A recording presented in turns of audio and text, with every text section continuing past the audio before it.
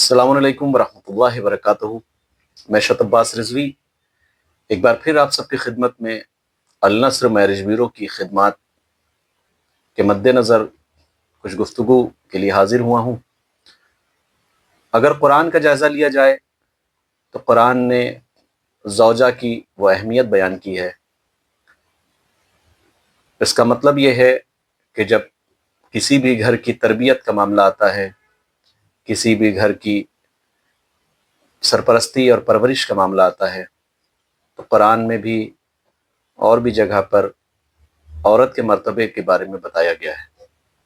लेकिन हम सब ऐसे जंजाल में फंसे हुए हैं कि औरत का जो मर्तबा बताया गया है उस पर गौर व फिक्र न करके हमारे जो घर के मसाइल हैं, जो घरों के मसाइल हैं, वो इतने पेचीदा हो चुके हैं कि जो मर्तबा औरत का होना चाहिए वो नहीं हो पाता है।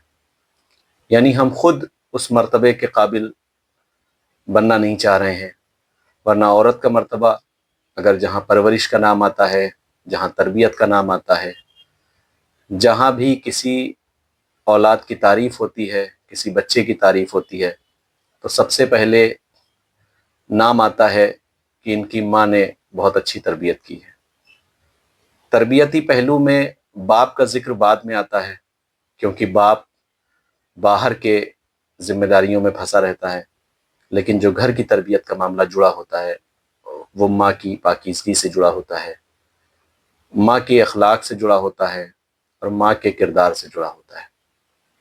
अमूमन आपने देखा होगा कि इधर लड़की शादी हो के घर आई और सबसे पहला काम होता है कि शौहर को अपने इशारों पर चलाने की कोशिश होती है।